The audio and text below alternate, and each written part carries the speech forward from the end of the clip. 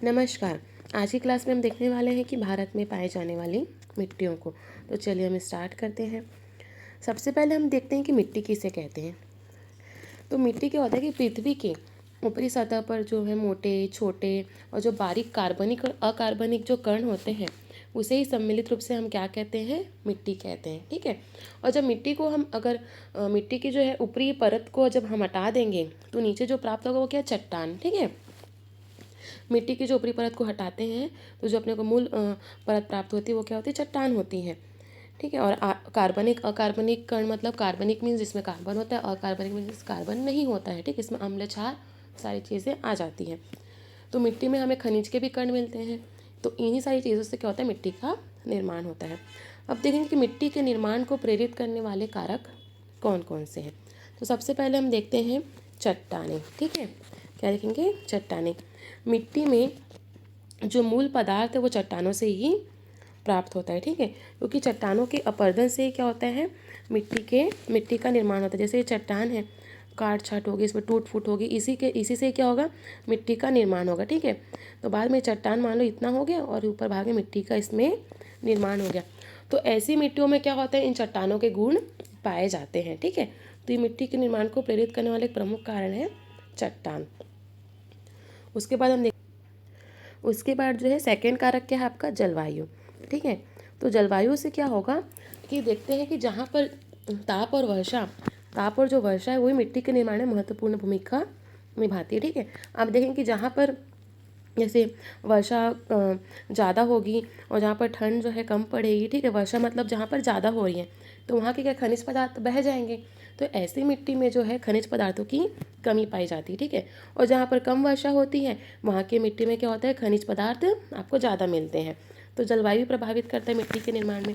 अब देखते हैं प्राकृतिक वनस्पति। प्राकृतिक वनस्पति से मीन्स वृक्षों से तात्पर्य। ठीक है। तो क्या होता है, वृक्षों की जो जड़ें होती है ना वो चट्टानों का अपर्दन करती है। मतलब यहाँ पे नीचे चट्टान है, ये वृक्ष की जड़ें हैं। ठीक है। वो भी क्या है, चट्टानों को तोड़ फोड़ कर देती हैं। तो ये इससे क्या, मिट्टी के निर्माण में सहायता मिलती है। ठीक है। इसके साथ ही जो वृक्षों के जीवाश्म होते हैं वो भी मिट्टियों में मिल जाते हैं। तो उस तरह से वो मिट्टियों को क्या बनाते हैं, एकदम उपजाऊ और समृद्ध बना देते हैं। तो प्राकृतिक वनस्पति इस तरह से योगदान देती है अपने मिट्टी के निर्माण में। उसके बाद है आपकी धरातलीय दशा। तो धरातलीय दशा को कैसे समझेंगे, धरातलीय दशा मीन्स जैसे आप पहाड़ी एरिया में देखेंगे। ठीक है। पहाड़ी एरिया में क्या होती है, जो ढाल होती है। ठीक है। तो इन ढाल में अगर जैसे नदी प्रवाहित होगी तो नदी जो प्रवाहित अगर होगी ऐसी ढालों में या वर्षा अधिक होगी तो मिट्टियाँ क्या होंगी, वो बहा कर नीचे चले जाएंगी, वो रुकने का उसको स्थान ही नहीं मिलेगा। तो जो जहाँ पे ढाल ज़्यादा होती है वहाँ की जो मिट्टी होती है ना वो पतली होती है। कि उसके जो परत होती क्या होती है, वो पतली होती है। ऐसी मिट्टियों को पर्वतीय मिट्टी भी कहते हैं। ठीक है। तो इस तरह से जो धरातल की ढाल होती है उसमें भिन्नता भी जल प्रवाह के परिणाम को तय करती है और मिट्टी के निर्माण को वो प्रभावित करती है। ठीक है। जहाँ पे ढाल ज़्यादा होगी वहाँ की मिट्टी की परत क्या होती है, पतली होती है। और जहाँ ढाल कम होगी वहाँ की परत ज़्यादा होगी। ठीक है। को समझ में आ गया होगा। अब देखते हैं मिट्टी के प्रकार। मिट्टी के प्रकार में हम देखते हैं कि मिट्टियाँ जो होती हैं 3 तरह की होती है। एक होती है क्षेत्रीय मिट्टी, अक्षेत्रीय मिट्टी और अंतः क्षेत्रीय मिट्टी। तो अब देखते हैं कि क्षेत्रीय मिट्टी किसे कहते हैं। क्षेत्रीय मिट्टी जैसे हम समझ लेते हैं कि जैसे मान लो चट्टान। ठीक है। आप चट्टान को लेकर कैसे समझेंगे, ऐसी मिट्टियाँ जहाँ पे चट्टान है। ठीक है। मान लीजिए कि एक चट्टान है। ठीक है। और यहाँ की मिट्टी का निर्माण इस चट्टान से ही हुआ है तो ये जो मिट्टी यहीं पर पाई जाएंगी क्योंकि इसका निर्माण यहीं की चट्टानों से हुआ है। तो ऐसी मिट्टियों को ही क्षेत्रीय मिट्टी कहते हैं। ठीक है। मतलब वह मिट्टी जिसमें उस स्थान में स्थित चट्टानों के ही गुण पाए जाते हैं। ठीक है। वह मिट्टी जहाँ पर उस स्थान में स्थित चट्टानों के ही गुण पाए जाते हैं तो इसे क्या कहते हैं, क्षेत्रीय मिट्टी कहते हैं। ठीक है। यहाँ पर क्या, इसका ऋतु क्षरण होता है। मतलब वही जलवायु में परिवर्तन के कारण ताप दाब वर्षा के कारण ही इस मिट्टी का निर्माण हुआ रहता है। ठीक है। तो ये होती है क्षेत्रीय मिट्टी। क्षेत्रीय मिट्टी में देखेंगे जैसे लाल पीली मिट्टी, लेटेराइट, ये सब क्या है, क्षेत्रीय मिट्टी। उसका हम आगे देखेंगे, आपको भी समझ में आ जाएगा। फिर है अक्षेत्रीय मिट्टी। क्या होती है अक्षेत्रीय मिट्टी, क्या होती है कि वह मिट्टी, ठीक है, जो कि अपरदन व निक्षेपण के द्वारा एक स्थान से दूसरे स्थान पर चली जाती है उसे अक्षेत्रीय मिट्टी कहते हैं। इसका हम एग्जाम्पल से समझते हैं। जैसे मान लीजिए नदियाँ जब प्रवाहित होती हैं तो वो अपने साथ बहुत सारे मलबे को लाती है। ठीक है। मान लो पहाड़ों से निकल रही है तो पहाड़ों से वो जो है पहाड़ को काट छाड़ करके वहाँ के पत्थरों के टुकड़ों को ऐसे लेकर आएगी नदी और यहाँ पर ला करके छोड़ देगी। ठीक है, तो ऐसे ही जो मिट्टी होती है इसे अक्षेत्रीय मिट्टी कहेंगे। अक्षेत्रीय भी क्यों कहलाएगी कि इसकी मिट्टी कहीं और की रहती है, इसमें जो कण वर्ण जो भी है, ठीक है, जो भी खनिज पदार्थ हैं या कार्बनिक अकार्बनिक जो भी इसमें कण है वो रहेंगे कहीं और के और जमा कहीं और ला के करेगी। ठीक है, तो इसलिए उस क्षेत्र की तो नहीं हो जाएगी, तो इसलिए इसे क्या कहेंगे अक्षेत्रीय मिट्टी, क्योंकि यहाँ की मिट्टी उस क्षेत्र की नहीं है जहाँ से ये मिट्टियाँ लाई गई हैं। ठीक है, तो ये हो गया आपकी अक्षेत्रीय मिट्टी। अब अंतर क्षेत्रीय मिट्टी किसे कहेंगे कि जब प्रदेश की चट्टान में रासायनिक ऋतुचरण से प्रभावित होती है, जैसे ये चट्टानें हैं, ठीक है, अब इसमें रासायनिक ऋतुचरण से ये प्रभावित होगी। रासायनिक ऋतुचरण मतलब रासायनिक क्रिया होंगी। ठीक है, मान लो ऋतुचरण क्या होता है कि जलवायु तथा तापमान में होने वाले बदलाव के कारण पृथ्वी के धरातल में भी जो बदलाव होता है, ठीक है, जैसे हमने देखा था कि जहाँ पर ज़्यादा वर्षा होगी वहाँ पे क्या होगी, खनिज की मात्रा वहाँ पे उतनी कम होगी क्योंकि बह के निकल जाएगी। वैसे वैसे कभी कभी क्या होता है कि जब जलवायु में जो परिवर्तन होता है, जब जलवायु में बदलाव आता है जलवायु तापमान में, ठीक है, तो पृथ्वी के जो धरातल में जो मिट्टियाँ होती हैं ना, उनमें भी क्या रासायनिक ऐसी क्रियाएँ हो जाती हैं। ठीक है, कुछ ऐसे रासायनिक उनमें भी क्रियाएँ हो जाती है, तो इसे रासायनिक ऋतुचरण कहते हैं।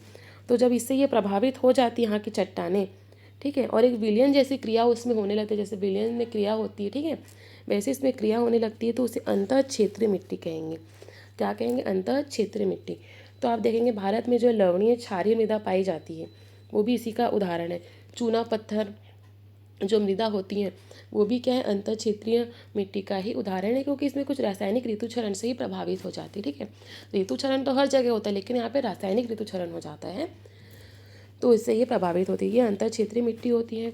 इसको हम आगे जब पूरा डिटेल में पढ़ेंगे ना मिट्टी का, तो आपको अच्छे से समझ में आएगा।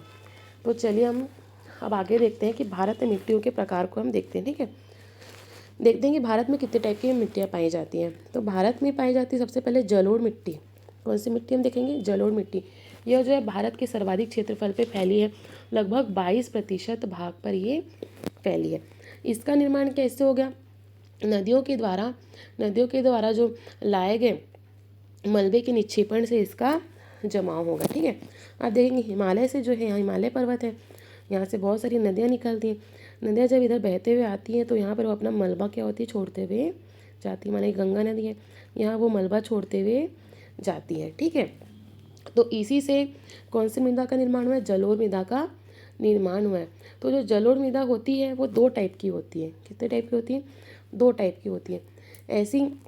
ऐसी मृदा जैसे मान लीजिए गंगा नदी है, ठीक है, ये प्रवाहित हुई, यहाँ पर उसने मलबे को छोड़ दिया, यहाँ पे मलबे को छोड़ दिया, तो ये एरिया क्या हो जाएगा आपका, ये एरिया जो हो जाएगा खादर हो जाएगा। खादर मतलब जहाँ पे हर साल बाढ़ आता है। ठीक है, तो बाढ़ का पानी क्या होता है, यहाँ पर पहुँचेगा। ठीक है, जैसे ये नदियाँ बह रही है और उसे बाढ़ आ गई और यहाँ पे तो मिट्टी ऑलरेडी है, तो बाढ़ का पानी हर बार पहुँचेगा, तो हर बार नई नई मिट्टी आएगी यहाँ पर, क्या हर साल जो है नई नई मिट्टी आएगी।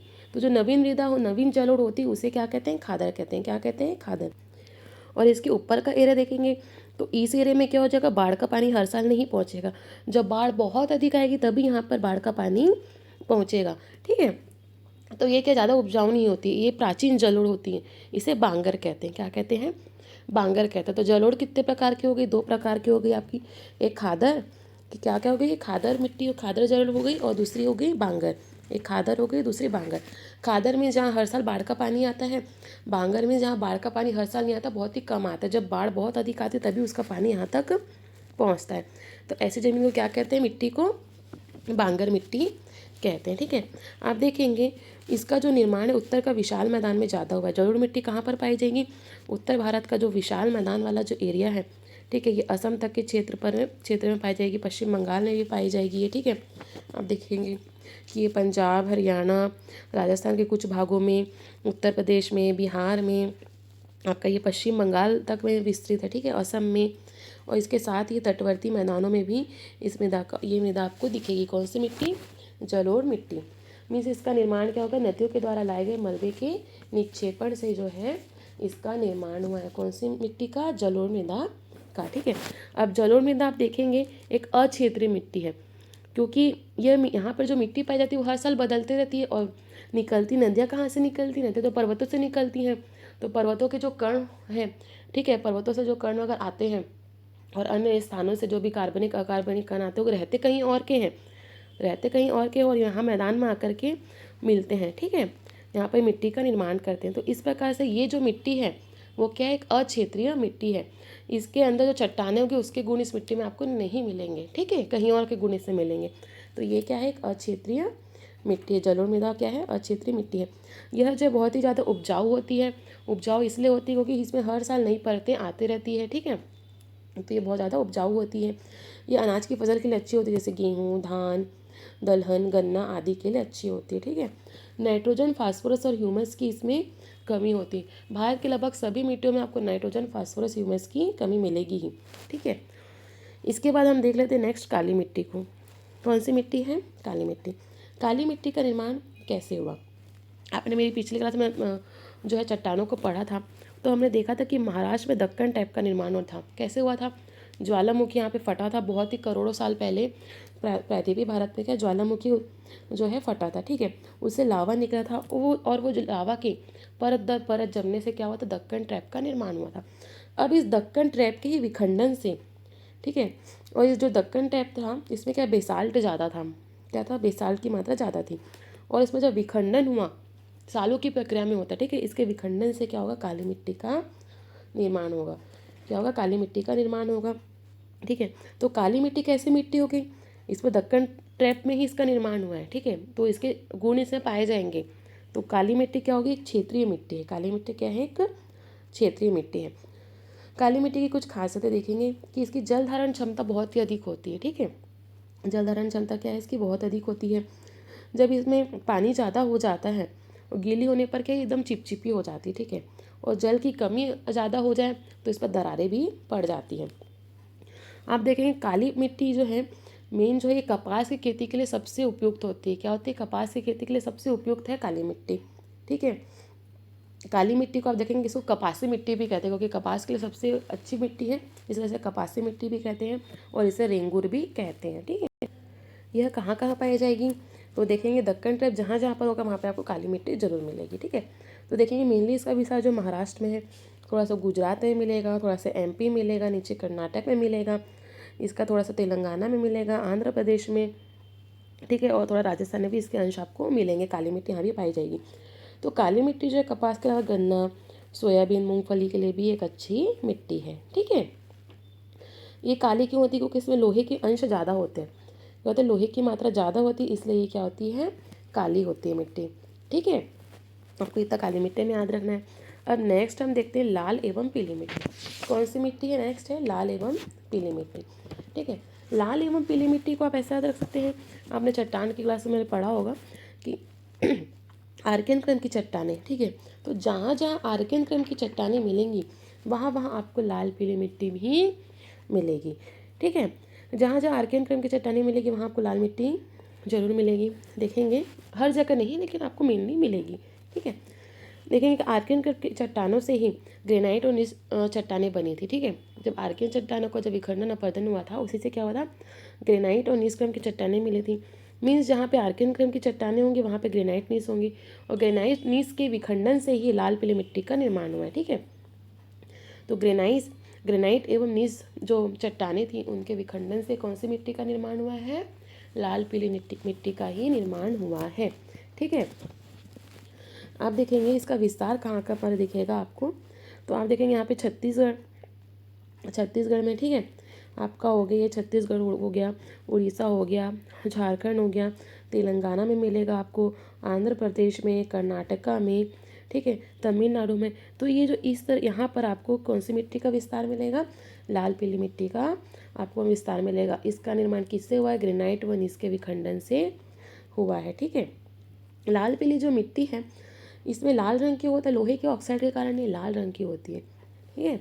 इसे भी लोहे की मात्रा आपको बहुत मिलती है, तो लोहे के ऑक्साइड के कारण क्या होती है, लाल रंग की होती है, और जो फेरिक ऑक्साइड के कारण ये पीले रंग की होती है, ठीक है। भारत में जो है सर्वाधिक कौन सी मिट्टी पाई जाती है, जलोढ़। भारत में सर्वाधिक मिट्टी कौन सी पाई जाती है, जलोढ़ मिट्टी, ठीक है। लेकिन सेकंड नंबर है आपकी लाल पीली मिट्टी, ठीक है। फर्स्ट नंबर पर कौन सी आपकी जलोढ़ मिट्टी है, और सेकंड नंबर पर आपकी लाल पीली मिट्टी पाई जाती है, ठीक है। उसके बाद देखेंगे जो लाल पीली मिट्टी है ना वो मोटे अनाज के लिए अच्छी होती है। जैसे दलहन तिलहन के लिए ये मिट्टी क्या है, बहुत ही अच्छी होती है। कौन सी? लाल पीली मिट्टी, ठीक है। और धान के उत्पादन के लिए और तंबाकू के लिए ये भी बहुत ही अच्छी मिट्टी है, ठीक है। दलहन तिलहन के लिए भी है, मोटे अनाज के लिए, धान और तंबाकू के लिए भी सर्वोत्तम मिट्टी होती है। कौन सी? लाल पीली मिट्टी। अब लाल पीली मिट्टी में आप देखेंगे कि इसमें नीस और ग्रेनाइट चट्टानों के आपको अंश मिलेंगे। तो इस प्रकार से यह क्या होगा, एक क्षेत्रीय मिट्टी होगी।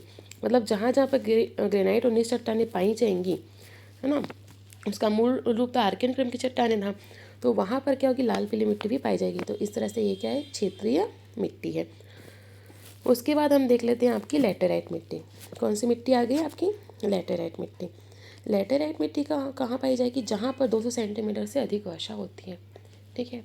कहाँ पर? जहाँ पर 200 सेंटीमीटर से अधिक वर्षा होती है। हमने पिछले कक्षा वर्षा में देखा था कि सबसे अधिक वर्षा 200 सेंटीमीटर वर्षा कहाँ पर होती है?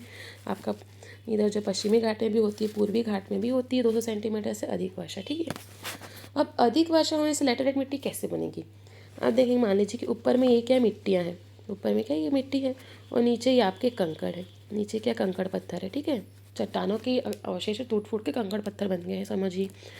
जब यहाँ पर क्या बहुत अधिक वर्षा होगी, जब यहाँ पर क्या होगी, बहुत अधिक वर्षा होगी, तो ये जो मिट्टी है ना वो नीचे चले जाएगी रिस रिस के। मिट्टी क्या होगी, नीचे चले जाएगी रिस के, ठीक है। और ऊपर क्या, सिर्फ कंकड़ रह जाएगा, ठीक है। मतलब आप कम पानी डालेंगे तो ऐसा घटना नहीं घटेगी, लेकिन अब बार बार कंटिन्यू इसमें पानी पानी पड़ रहा है, ठीक है। तो ऊपर की मिट्टी क्या होगी, रीस के पूरी नीचे चले जाएगी और कंकड़ पत्थर जो है ऊपर रह जाएगा। तो जो कंकड़ पत्थर ऊपर रह जाएगा ना, वही लैटेराइट मिट्टी है। क्या है आपकी? वही जो है लैटेराइट मिट्टी है। ये जो प्रक्रिया है ना, इसे निक्षालन प्रक्रिया कहते हैं। जो मैंने अभी आपको एग्जाम्पल देके समझाया ना, इसी प्रक्रिया को क्या कहते हैं? निक्षालन की प्रक्रिया या लीचिंग कहते हैं। इसे क्या कहते हैं? लीचिंग कहते हैं। तो यह मिट्टी किसके द्वारा निर्मित है? निक्षालन की प्रक्रिया के द्वारा या लीचिंग के द्वारा निर्मित है, ठीक है। तो अधिक वर्षा वाले स्थानों पर ये मिट्टी पाई जाएगी, या ऊंचे पहाड़ी एरिया में, जैसे पठारी एरिया में ये मिट्टी पाई जाएगी, ठीक है। जैसे आप देखेंगे पूर्वी घाट पश्चिमी घाट के एरिया में मिलेगी। इसके अतिरिक्त जो है आप देखेंगे यहाँ पर पश्चिमी घाट है तो केरल में मिट्टी पाई जाएगी, कर्नाटक में पाई जाएगी। इस साइड देखेंगे तो उड़ीसा में मिलेगी। यहाँ छोटा नागपुर का पठार, मेघालय का पठार वाले, मतलब पठारी एरिया में भी ये मिट्टी आपकी पाई जाएगी। सर्वाधिक विस्तार तो आपको इसको केरल में ही मिलेगा। इस मिट्टी का विस्तार कहाँ मिलेगा? केरल में मिलेगा, ठीक है। यह मिट्टी में क्या होती है, चूने की कमी के कारण ये अम्लीय हो जाती है, ठीक है। तो ये चाय काजू के लिए अच्छी होती है। चाय की फसल के लिए, काजू के लिए लैटेराइट मिट्टी बहुत ही अच्छी होती है। बहुत ही कम, ये मतलब उपजाऊ कम होती है क्योंकि कंकड़ पत्थर रहते हैं, तो इसकी उपजाऊ क्या नहीं होती मिट्टी, है ना, उपजाऊ नहीं होती है। और जैसे भवन सामग्री, ईंट वगैरह जो बनाए जाते हैं ना, वो इसी मिट्टी से बनाए जाते हैं, ठीक है। अब ये भी क्या एक क्षेत्रीय मिट्टी है। आप देखेंगे जहाँ जहाँ पर अधिक वर्षा होती है वहीं पर ये पाई जाती है। तो इस तरह से क्या हो गई, ये एक क्षेत्रीय मिट्टी हो गई, ठीक है। ये कहीं और नहीं जाती है, जहाँ वर्षा होगी वहीं पर पाई जाएगी। तो ये एक क्षेत्रीय मिट्टी है। तो आपको समझ में आ गया होगा। नेक्स्ट हम देखते हैं कि पर्वतीय या वनीय मिट्टी। कौन सी? पर्वतीय या वनीय मिट्टी। नेक्स्ट है आपकी पर्वतीय या वनीय मिट्टी, ठीक है। तो इसको हम देख लेते हैं। पर्वतीय या वनीय मिट्टी क्या होती है कि पर्वतीय ढालों पर ही विकसित होती है, ठीक है। अब जैसे ये पर्वतीय ढाल है, क्या हो गया, ये पर्वतीय ढाल है। अब यहाँ से जैसे नदियाँ प्रवाहित होंगी तो वो तो यहाँ पे निक्षेपण कर ही नहीं पाएगी, अपने साथ जो भी मलबों को लाएगी वहाँ निक्षेपित नहीं कर पाएगी, है ना। वो क्या होगी, नदियाँ तो आगे जाके सबको निक्षेपित करेगी। तो यहाँ पर जो, और अगर वर्षा भी होगी और अगर यहाँ पे मिट्टियाँ भी हैं तो वर्षा के द्वारा क्या होता है, जो मिट्टियों को तो बहा के आगे लेके चली जाएगी, है ना। तो पर्वतों में क्या मिट्टी का ठहराव होगा ही नहीं। तो यहाँ पे उसकी जो परतें होती है, मिट्टी की परत क्या हो जाती है, बहुत ही पतली होती है। इसलिए जो पर्वतीय मिट्टी होती है वो बहुत ही क्या होती है, कमज़ोर होती है। क्या होती है? बहुत ही कमज़ोर होती है। इसका विस्तार आप देखेंगे, ये तो एक कश्मीर से लेकर आपका पूरा अरुणाचल प्रदेश तक विस्तृत है। मतलब जहाँ पर हिमालय पर्वत है वहाँ पर ये क्या होता है, पर्वतीय मिट्टी विस्तृत है, ठीक है। लेकिन इस यहाँ पर क्या होगी, जीवाश्मों की अधिकता होगी। ये जो पर्वतीय मिट्टी है इसमें क्या होगी, जीवाश्मों की अधिकता होगी, ठीक है। अब जीवाश्म की अधिकता होगी तो ये, लेकिन यहाँ पे जो जीवाश्म पाया जाता है ना वो अनअपघटित होता है। क्या होता है? अनअपघटित होता है। इसलिए यहाँ पे ह्यूमस अम्ल का निर्माण हो जाता है। क्या होता है? ह्यूमस अम्ल का निर्माण होता है, ठीक है। ह्यूमस क्या होता है कि मृदा की, देखिए यहाँ पे क्या जीवाश्म ज़्यादा मिलेगा, पर्वतीय मिट्टी में क्या होगा, आपको जीवाश्म ज़्यादा मिलेगा। और ह्यूमस क्या होता है कि मृदा की ऊपरी परत जिसमें जैविक पदार्थों की मात्रा भरपूर होती है उसे ह्यूमस कहते हैं। ऑब्वियस है, यहाँ पे आपको दिख रहा है जीवाश्म ज़्यादा है, तो जीवाश्म मतलब जैविक पदार्थ ही हो गया। सॉरी, ह्यूमस मतलब क्या हो जाएगा, जैविक पदार्थ की जो मात्रा रहती है मिट्टी में उसे ही ह्यूमस कहेंगे। ठीक है, तो इसमें क्या होगा, ह्यूमस ज़्यादा मिलेगा क्योंकि यहाँ जीवाश्म ज़्यादा है इस मिट्टी में, तो ऑब्वियस यहाँ पे ह्यूमस भी क्या होगा, ज़्यादा होगा। तो यह मिट्टी क्या हो जाती है आपकी, अम्लीय हो जाती है। क्या हो जाती है, अम्लीय हो जाती है। चूँकि यह मिट्टी भी अम्लीय हो जाती है तो ये क्या होगी आपकी बागानी कृषि, चाय की फसल के लिए, चाय के लिए बहुत ही अच्छी हो जाएगी। ठीक है, यह मिट्टी क्या होगी, चाय के लिए अच्छी हो जाएगी। ठीक है, और इसमें चूँकि पर्वतों के ढाल पर होती है तो जो चाय की खेती आपने देखा होगा वहाँ पे ढाल में ही होती है। ठीक है, सीढ़ी नुमा पद्धति से होती चाय की जो बागानी कृषि होती है। तो ये चाय, कहवा, मसाले, फलों की कृषि के लिए बहुत ही अच्छी होती है। कौन सी, पर्वतीय मिट्टी। लेकिन इसमें एक समस्या है कि मृदा अपरदन की समस्या से ये प्रभावित होती है, क्योंकि वर्षा हो गई तो मिट्टियाँ बहा कर आगे चले जाएगी, नदी वहाँ से बहेगी तो मिट्टियों को बहा के ले जाएगी, तो यहाँ मृदा अपरदन की समस्या बहुत अधिक होती है। ठीक है, और ह्यूमस की मात्रा इसमें भरपूर होती है क्योंकि ऊपर में क्या होता है, जैविक पदार्थ, जीवाश्म इसमें होता है, इसलिए ह्यूमस भी इसमें आपको मिलेगा। ठीक है, और चाय के लिए अच्छी होगी और प्लस कहवा मसाले के लिए भी ये अच्छी होती है। कौन सी मिट्टी, पर्वतीय मिट्टी। अब नेक्स्ट हम देखते हैं यहाँ पर है मरुस्थलीय मिट्टी। तो मरुस्थलीय मिट्टी क्या होती है, आराम से आपको पता है, हमने रेगिस्तान देखा है। ठीक है, पूरी बलुई रेती होती है उसमें, तो मरुस्थलीय मिट्टी क्या है आपकी, बलुई मिट्टी जो आपको राजस्थान में मिलेगी। राजस्थान में रेगिस्तान है ना, तो यहाँ पर क्या आपको बलुई मिट्टी मिलेगी। यह मिट्टी जो है उपजाऊ नहीं होती है, खेती के लिए भी अच्छी नहीं होती है। ठीक है, यहाँ पे जो है ह्यूमस की भी कमी होती है, नाइट्रोजन, फास्फोरस, ह्यूमस सबकी कमी मिलेगी आपको। यहाँ की मिट्टी में जो है लोहा और फास्फोरस पाया जाएगा। क्या पाया जाएगा, लोहा और फास्फोरस पाया जाएगा। यहाँ पर जो है मोटे अनाज, बाजरा, रागी उगाई जा सकती है मरुस्थलीय मिट्टी में, मतलब ये फसलें हो जाती है। कौन कौन से, मोटे अनाज, बाजरा, रागी जैसे फसलें आपको मरुस्थलीय मिट्टी में मिल जाएंगी। ठीक है, और यहाँ पे कटीली झाड़ियाँ पाई जाती है। क्या पाई जाती है, कटीली झाड़ियाँ पाई जाती हैं और ये क्षारीय गुण वाली होती हैं। बस इतना ही आपको याद रखना है इसमें। फिर नेक्स्ट है कि लवणीय एवं क्षारीय मिट्टी। क्या होती है, लवणीय एवं क्षारीय मिट्टी। ठीक है, इस मिट्टी को जो बोलते हैं रेह भी कहते हैं, ऊसर, कलर भी कहते हैं। क्या क्या कहते हैं, लवणीय क्षारीय मिट्टी को रेह, ऊसर और कलर भी कहते हैं। ठीक है, अब नेक्स्ट है आपकी लवणीय एवं क्षारीय मिट्टी, तो इसको हम देख लेते हैं। इसे क्या क्या कहते हैं, रेह, ऊसर और कलर भी कहते हैं। ठीक है, हम देखेंगे कि यह मिट्टी कहाँ पर पाई जाएंगी। जहाँ पर शुष्क जलवायु पाई जाती है, जहाँ पर शुष्क जलवायु मीन्स क्या होती है, जहाँ पर बारिश कम होती है। ठीक है, तो हम इसे ऐसे पढ़ लेते हैं कि जहाँ पर कम बारिश होती है और जहाँ पर जल निकासी की उचित व्यवस्था नहीं होती है, मतलब जहाँ पर ओवरऑल कह सकते हैं पानी की कमी होती है, तो वहाँ पर कौन सी मिट्टी पाई जाएगी आपकी, लवणीय एवं क्षारीय मिट्टी। ठीक है, यहाँ पर क्या हो जाएगा, एक तो पानी की कमी हो गई है, ऊपर से अगर जब वाष्पीकरण होगा तो पानी का क्या होगा, अत्यधिक वाष्पीकरण होगा। ठीक है, जैसे मान लीजिए मिट्टी है, ये मिट्टी की परत है और नीचे भी मिट्टियाँ हैं, तो इन मिट्टियों में क्या होता है, लवण घुला हुआ रहता है। ठीक है, लवण, नमक, सारे खनिज पदार्थ वगैरह सब रहते हैं और वो पानी में भी मिले रहते हैं। ठीक है, पानी के साथ इस मिट्टी को पूरा जोड़ के रखे रहते हैं ना। मिट्टी कैसे बंधी रहती है, पानी से तो बंधी रहती है मिट्टी, नमक, खनिज पदार्थ सारे से मिले रहते हैं। तो जब वाष्पीकरण की क्रिया होगी, यहाँ पे ऑलरेडी क्या हो जाए, बहुत कम वर्षा हो रही है, क्या, और यहाँ पे बहुत ही कम वर्षा हो रही है, पानी की भी व्यवस्था नहीं है। तो वाष्पीकरण जब होगा तो मिट्टियों का जो नीचे जो पूरा पानी है, जो मिट्टी की ऊपरी जो परत है उसके नीचे जो मिट्टी थोड़ी बहुत भी जो गीली है, ये भी मिट्टी क्या होगी, अपने लवण वगैरह को ले करके जो पानी का जब वाष्पीकरण होगा तो पानी के साथ जो भी वहाँ पे खनिज पदार्थ है, नमक वगैरह है, जो भी लवण है, वो क्या हो जाएंगे, ऊपर उड़ जाएंगे। ठीक है, तो पानी के साथ जो है ऊपरी परत पर आ जाएंगे, तो पानी तो ऊपर उड़ जाएगा वाष्पीकरण के द्वारा, लेकिन उसका जो नमक वगैरह है, जो लवण है, ठीक है, लवण वगैरह है, वो क्या हो जाएगा, ऊपर आ जाएगा। जैसे सोडियम के लवण हो गए, कैल्शियम, मैग्नीशियम के जो लवण होंगे मृदा की ऊपरी परत पर आ जाएंगे, वाष्पीकरण होगा तो पानी तो उड़ जाएगा, लेकिन पानी अपने साथ जो मृदा के अंदर के लवण को लेकर आया है वो तो परत पे रह जाएंगे ना, पानी तो उड़ जाएगा वाष्पीकरण के द्वारा। तो उसके कारण भी क्या होता है, लवणीय मृदा का निर्माण होता है। ठीक है, उसी कारण ही क्या होता है, लवणीय मृदा का निर्माण होता है, ये आपको ध्यान रखना है। इसके अतिरिक्त बहुत सारे कारण हैं, जैसे क्या होता है, समुद्र तट में जब उच्च ज्वार आता है, समुद्र तट में, जैसे मान लीजिए उड़ीसा का तट है, यहाँ पर जब बहुत ज़्यादा उच्च ज्वार आया तो समुद्र का पानी क्या यहाँ पर आ जाएगा, क्या हो जाएगा, समुद्र का पानी यहाँ पर आ जाएगा। तो समुद्र के पानी में तो नमक होता है ना, तो वो नमक की लेयर क्या हो जाएगी, उस मिट्टी में जम जाएगी, तो इससे भी लवणीय मृदा का निर्माण होता है। ठीक है, इसके अतिरिक्त क्या होता है, जब वर्षा नहीं होती है तो उसके जो लवण है वो बहकर कहीं नहीं जा पाते। यहाँ पे तो वर्षा होगी ही नहीं, और मिट्टी में देखेंगे यहाँ पे जो ऊपर लवण था, ठीक है, वो तो कहीं बहकर जा ही नहीं पाएगा, वहीं के वहीं रह जाएगा लवण भी, तो इससे भी लवणीय मृदा का निर्माण होता है।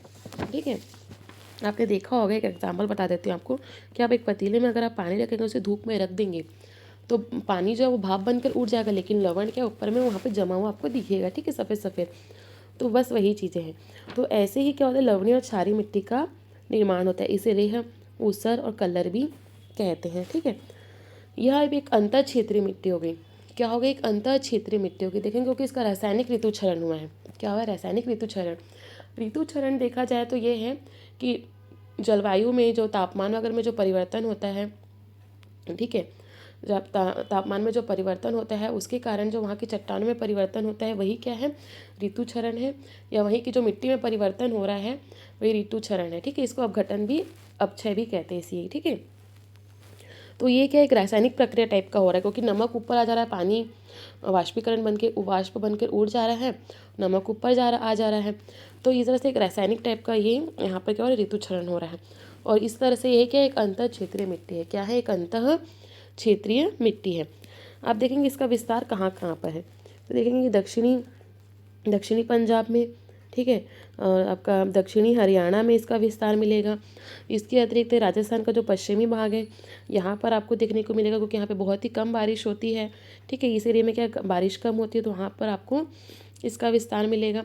इसके अतिरिक्त जो है केरल का तट में, क्योंकि यहाँ पे ज्वार वगैरह आ सकता है, समुद्री ज्वार। ठीक है, आपका केरल का तट है, इधर सुंदरवन है पश्चिम बंगाल का, यहाँ पर भी आपको लवणीय क्षारीय मिलेगा, क्योंकि यहाँ पर क्या हो जाएगा, क्या आएगा, यहाँ पर ज्वार आएगा, समुद्र में ऊंचा ज्वार, तो यहाँ पर ही मिट्टी आपको मिलेंगी। ठीक है, और ये जो मिट्टी होती है नारियल के पेड़ के लिए बहुत ही उत्तम होती है। लवणीय और क्षारीय मिट्टी क्या होती है, नारियल के पेड़ के लिए उत्तम होती है। इसलिए आप देखेंगे कि नारियल का उत्पादन सर्वाधिक कौन करता है, केरल करता है। देखेंगे केरल में मिट्टी पाई जा रही है ये। ठीक है, और नारियल का सर्वाधिक उत्पादन कौन करता है, केरल करता है। उसके बाद आप देखते हैं, नेक्स्ट है आपकी पीट या जैविक मिट्टी। कौन सी मिट्टी है आपकी, पीट या जैविक मिट्टी। तो पीट या जैविक मिट्टी आपको कहाँ मिलेगी, ये आपको दलदली क्षेत्रों में मिलेगी। क्या मिलेगी, कहाँ मिलेगी, दलदली क्षेत्रों में मिलेगी। नाम से स्पष्ट हो रहा है, पीट या जैविक मिट्टी। जैविक मिट्टी से जीवाश्म की मात्रा आपको ज़्यादा मिलेगी। ठीक है, तो पीट या जैविक मिट्टी आपको कहाँ पर मिलेगी, आपको याद रखना है कि दलदली क्षेत्रों में मिलेगी, और इसमें जैविक पदार्थों की मात्रा आपको ज़्यादा मिलेगी। जैविक पदार्थ की मात्रा ज़्यादा मिलेगी मीन्स इसमें आपको ह्यूमस ज़्यादा मिलेगा। ठीक है, क्योंकि मृदा के ऊपर जो जैविक कण होते हैं वही ह्यूमस होता है। ठीक है, तो यहाँ पे ह्यूमस भी आपको ज़्यादा मिलेगा। तो इस तरह से ह्यूमस का एक अम्ल है, तो ये इस तरह से क्या होगी, एक अम्लीय हो जाएगी। ठीक है, तो सबसे ज़्यादा ह्यूमस किस में मिलेगा पूछेंगे, तो वो हो जाएगी आपकी पीट या जैविक मिट्टी। ठीक है, नाम से ही आपको स्पष्ट हो रहा है। देखिए पर्वतीय मिट्टी भी जैविक मिट्टी थी, लेकिन इस मिट्टी का नाम ही जैविक मिट्टी है। सॉरी, पर्वतीय मिट्टी में क्या जीवाश्म, पर्वतीय मिट्टी में भी जीवाश्म अधिक था। ठीक है, पर्वतीय मिट्टी में भी जीवाश्म अधिक था, लेकिन इस मिट्टी का ही जैविक मिट्टी नाम है। तो सर्वाधिक जीवाश्म आपको इसी में मिलेगा। ठीक है, इस तरह से सर्वाधिक ह्यूमस भी आपको इसी में मिलेगा। तो सर्वाधिक ह्यूमस कौन सी मिट्टी मिलेगा, तो पीट या जैविक मिट्टी में आपको मिलेगा। ठीक है, यह जो है देखेंगे केरल में मिट्टी पाई जाएगी। केरल में इधर सुंदरवन का डेल्टा और अन्य जितने भी आपको डेल्टाई क्षेत्र है ना, वहाँ पर आपको पीट या जैविक मिट्टी आपको मिलेगी। ठीक है, तो यहाँ पे मिट्टी का चैप्टर जो है कंप्लीट होता है। आई होप आपको मेरी वीडियो पसंद आया हो। अगर आपको मेरा वीडियो पसंद आया हो और आप कंप्लीट पूरा इंडियन ज्योग्राफी पढ़ना चाहते हैं तो प्लीज़ मेरे चैनल को सब्सक्राइब जरूर कीजिएगा। धन्यवाद।